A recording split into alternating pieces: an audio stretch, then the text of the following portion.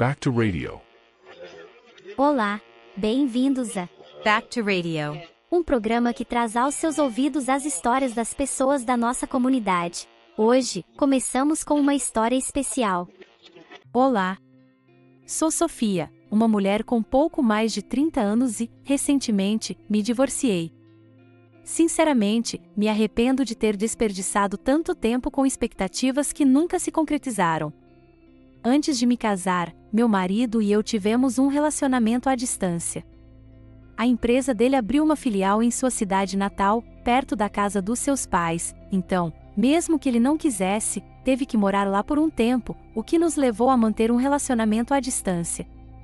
Embora também tenha sido difícil para mim, meu marido sempre foi muito atencioso e, naquela época, até minha sogra, que nem sempre foi assim, me tratou com muito carinho. Isso me fez decidir casar. Como tínhamos um relacionamento à distância, só nos víamos 2 ou 3 vezes por mês. Mas, quando nos víamos, quase sempre passávamos a noite juntos. Não é que reservássemos um hotel ou algo assim, e simplesmente ficávamos na casa dos meus pais ou na dos pais dele, dependendo de onde estávamos. Embora ainda não falássemos de casamento, nossos pais nos permitiam ficar em suas casas, o que nos fazia economizar bastante dinheiro. Por causa dessa situação peculiar, antes de nos casarmos, já nos conhecíamos muito bem e nos dávamos muito bem com os pais um do outro. Minha sogra, que só tinha 2 filhos homens, sempre dizia que, se tivesse tido uma filha, sentiria o que sentia por mim e me tratava maravilhosamente bem. Pelo menos naquela época. Eu também tenho um irmão mais novo e, como muitos outros jovens da sua idade, estava passando pela adolescência e não era muito confiável ou responsável. Então, quando meu marido vinha, ele cuidava de todas as tarefas pesadas da casa, o que fazia minha mãe considerá-lo uma pessoa confiável. Como nosso relacionamento à distância durou quase 2 anos, minha sogra começou a sugerir que, considerando nossa idade, talvez fosse hora de pensar no nosso futuro e nos casar. Embora ela nos apoiasse na ideia de nos casar e começar nossa vida matrimonial, não podíamos dar uma resposta definitiva. Meu marido não sabia quanto tempo mais teria que trabalhar na filial, e eu sentia que ainda era cedo demais para dar esse passo. Além disso, me preocupava quanto tempo teríamos que continuar vivendo como um casal à distância após o casamento, já que nossos trabalhos ficavam muito longe um do outro. Embora meus sogros me tratassem bem e meus pais aceitassem meu marido, a perspectiva de continuar vivendo como um casal à distância me angustiava e me preocupava muito. No início do nosso relacionamento, nenhum de nós dois tinha muito dinheiro guardado, mas, com o tempo, e graças à situação de viver à distância, nossas contas começaram a crescer. Também conseguimos economizar bastante dinheiro porque ambos morávamos na casa dos nossos pais e não tínhamos muitas despesas. Foi nesse momento que meu marido me pediu em casamento. A empresa dele lhe fez uma boa oferta. Se ele trabalhasse duro na filial por 5 anos, lhe prometeram um bom cargo na sede principal, que ficava a uma distância razoável da casa dos meus pais. Ao receber essa proposta, meu marido pensou que, se eu deixasse meu emprego, não precisaríamos manter um relacionamento à distância e que, em 5 anos, ele poderia se mudar para um local perto da casa dos meus pais. E embora isso significasse que eu teria que deixar meu emprego e viver longe dos meus pais durante esses 5 anos, meu marido considerou que isso não seria um obstáculo para começarmos nossa vida matrimonial. Deixar meu emprego e me casar parecia difícil, e a ideia de viver longe dos meus pais por 5 anos me assustava. Mas o que mais me fazia hesitar era que, se nos casássemos, teríamos que viver com meus sogros durante a nossa lua de mel. Caso contrário, teríamos que continuar vivendo como um casal à distância por 5 anos, como já fazíamos. A razão decisiva pela qual finalmente decidi me casar foi que meu marido havia sido muito mais atencioso com meus pais do que meu próprio irmão. Às vezes, parecia que ele era mais cuidadoso com eles do que com seus próprios pais, e isso me tocou profundamente. Meus pais também estavam muito felizes com ele como genro. Além disso, quando visitava meu marido, minha sogra me tratava muito bem, dizendo que me considerava como uma filha, o que fez com que nosso relacionamento fosse ainda mais próximo e me fizesse não imaginar me afastando deles. Então, depois de 2 longos meses de reflexão, decidi me casar. Eu sabia que a família do meu marido não era muito rica, mas isso não me importava muito. Meus pais também haviam preparado sua aposentadoria, embora não fossem ricos. Meu marido e eu tínhamos economizado uma quantia considerável de dinheiro, e o fato de que ambas as famílias estivessem em situações semelhantes me fazia sentir mais à vontade. Decidimos organizar o casamento de maneira simples, sem trocar presentes tradicionais. Não havia muitas pessoas para convidar, e as distâncias entre as casas das nossas famílias eram consideráveis. Felizmente, minha sogra pensou nos meus pais e ofereceu um ônibus para levá-los ao casamento, o que foi um belo gesto. Os preparativos avançaram sem grandes problemas, exceto por uma discordância que surgiu entre meu marido e eu sobre a casa onde viveríamos depois de nos casarmos. Naquela época, dizia-se no mercado que o preço dos apartamentos na cidade estava em seu ponto mais baixo. Eu queria comprar uma casa na cidade, mesmo que precisássemos fazer um empréstimo, já que eventualmente voltaríamos para a sede principal em 5 anos. No entanto, meu marido achava que não fazia sentido comprar uma casa naquele momento, já que moraríamos com seus pais e não gastaríamos dinheiro com moradia. Ele estava preocupado com a possibilidade de que o preço da casa não subisse e acabássemos pagando juros desnecessários. Mas eu tinha uma razão importante para querer comprar uma casa na cidade. Embora não soubéssemos se os preços subiriam ou não, também não sabíamos o que aconteceria no futuro.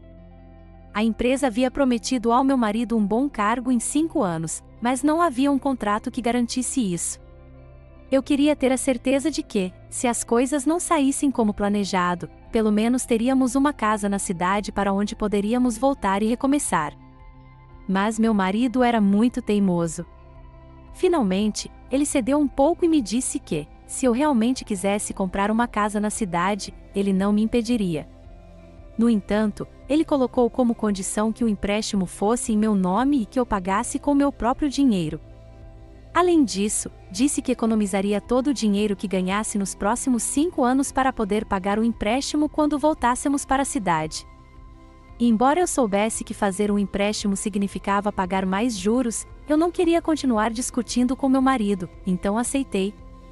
E embora fosse um pouco arriscado, pensei que poderia encontrar um emprego relacionado à minha área na província e que seria uma boa oportunidade para evitar morar com meus sogros.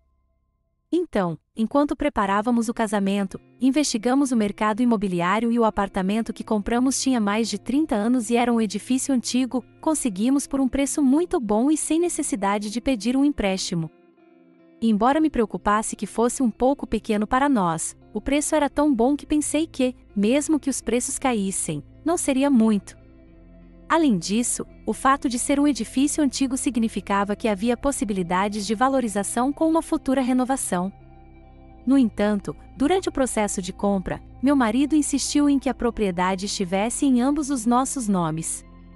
No início, não achei que fosse um problema, mas depois lembrei que ele não havia contribuído com nada para a compra, então lhe disse que poderia colocar o nome dele quando ele pagasse metade do valor da casa.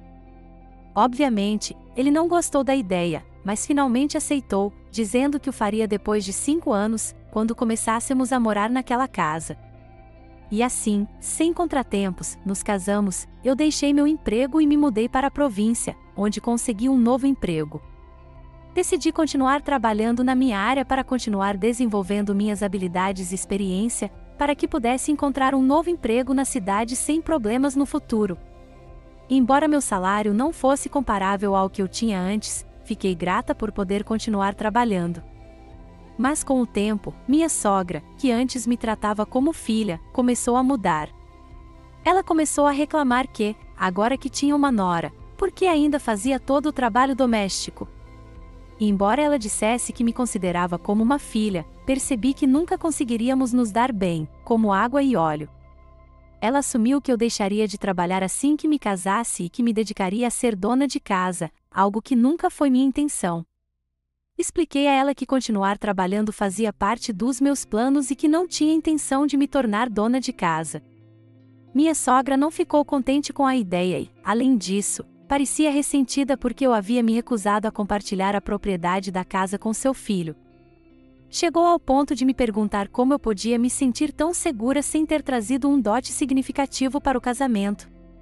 Perguntei a ela o que ela queria dizer, e ela disse que era normal que uma mulher trouxesse um dote quando se casasse, e que o aquecedor e os móveis da sua casa estavam muito velhos e que eu deveria substituí-los. Respondi que isso não era minha responsabilidade e que, se fosse fazer um dote, faria isso quando nos mudássemos para nossa casa em 5 anos. Embora eu quisesse dizer a ela que já tinha uma casa em meu nome e que não precisava fazer um dote, me contive para evitar conflitos. Decidi evitar que a situação se intensificasse, então me afastei. Esperava que meu marido interviesse, mas ele simplesmente me disse para entender como estávamos economizando dinheiro morando com sua mãe e que eu deveria tentar me dar bem com ela. Essa resposta me decepcionou muito, então lhe disse que não havia deixado meu emprego e me mudado apenas para ouvir esse tipo de coisa. Meu marido pediu desculpas e me garantiu que resolveria a situação. Naquela noite, meu marido tentou resolver a situação sugerindo que pagássemos um aluguel mensal à sua mãe por morar na casa dela. Embora minha sogra nos alimentasse, não era como se ela nos servisse banquetes, ela simplesmente nos dava arroz com acompanhamentos comprados na loja. O quarto que ela nos deu não passava de um pequeno cômodo, e até o banheiro ficava fora. E embora eu tivesse me acostumado a viver lá durante nosso noivado, se me tivessem pedido para viver lá desde o início, provavelmente nunca teria considerado me casar. Apesar de tudo, concordei em pagar o aluguel, já que íamos viver lá por vários anos e preferia resolver o problema com dinheiro. Concordei com meu marido que pagaríamos à sua mãe $400 por mês para cobrir o aluguel e as despesas de manutenção. Embora o valor fosse menor do que o que minha sogra havia inicialmente solicitado, uma vez que começamos a pagar, ela parou de reclamar e as coisas melhoraram. Depois que começamos a pagar, nosso relacionamento melhorou consideravelmente. Deixamos para trás os ressentimentos que surgiram no início do casamento e começamos a nos dar bem como uma família. Embora tenham ocorrido alguns incidentes, nada fora do comum na vida de qualquer casal em todo o mundo. Enquanto isso, o valor da casa que eu havia comprado na cidade começou a subir graças às expectativas de renovação. Embora o aumento dos preços tenha desacelerado, no seu ponto máximo, o valor da casa triplicou. Justo quando meu marido estava prestes a voltar para a sede principal, ele me disse algo que fez todos esses anos de espera parecerem em vão. Depois de 5 anos na filial, ele se sentia preocupado em voltar para a sede principal. Agora ele era um dos funcionários mais experientes na filial e tinha uma equipe que confiava nele, mas na sede principal, ele não tinha conexões e não estava certo de como sobreviveria lá. Quando ele me disse que não queria voltar para a sede principal, fiquei sem palavras. Então, ele me propôs que vendêssemos a casa na cidade e a casa dos seus pais para construir uma casa na província e nos estabelecermos lá para sempre. Claro, recusei. Lembrei a ele que tínhamos concordado em nos casar com a condição de voltar para a cidade, e que mudar os planos agora seria como uma fraude. Fiquei muito brava e disse a ele o que eu pensava. Meu marido tentou justificar sua decisão dizendo que deveríamos ficar na província e cuidar de seus pais, mas eu lembrei a ele que já estávamos pagando $400 por mês, o que era mais que suficiente. Apesar das boas lembranças que tínhamos juntos, não via nenhuma razão para continuar o casamento se meu marido não cumprisse o acordo, então lhe disse que, se quisesse ficar, poderia ficar sozinho. Para minha surpresa, desta vez, em vez de voltar atrás, meu marido aceitou a ideia e disse que queria solicitar uma divisão de bens. Ele planejava ficar na província, se divorciar de mim e usar a parte que lhe caberia da casa na cidade para cuidar de seus pais na velhice. Embora seu plano parecesse sólido, ele não tinha feito pesquisas suficientes. Quando ele apresentou o pedido de divórcio, o tribunal decidiu a meu favor, já que a casa estava em meu nome e eu a havia comprado antes de nos casarmos, então ele não tinha nenhum direito sobre ela. Por outro lado, eu tinha direito a uma parte das economias do meu marido, já que morávamos juntos na casa da mãe dele e eu contribuía para o lar pagando um aluguel mensal.